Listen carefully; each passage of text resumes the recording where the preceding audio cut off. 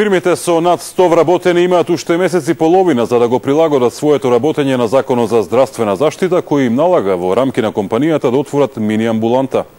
Во организацијата на работодавачи не слушнале за ова обврска, но сметаат дека тоа ќе биде дополнителен товар за фирмите. Министерството за здравство почна да ги известува фирмите со 100 и повеќе вработени дека треба да организираат здравствени пунктови и да набават дефибрилатори до 1 јуни.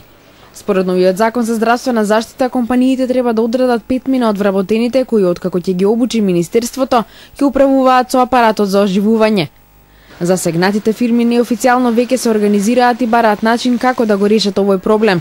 Според организацијата на работодавачи, пак оваа одредба од законот нема да биде применлива, бидејќи не биле консултирани сите засегнати страни. Ние како организација не сме биле информирани за работи за кои задолжително постои обврска во спогодбата подпишана со владата да бидеме известени. Стојановски тврди дека ова ќе биде уште една сопка за помалите фирми. Тој не ја исклучува можноста некои компании да го намалат бројот на работници на помалку од 100, за да ја одбегнат оваа законска обврска. Како да се сака да се зголеми не само теретот, туку би рекол и се поголемата брзина на блокирани жиросметки, на организации кои што ќе се затворат, посебно во една ваква тешка економска ситуација. Измените на Законот за здравствена заштита стапија на сила на почетокот на овој месец.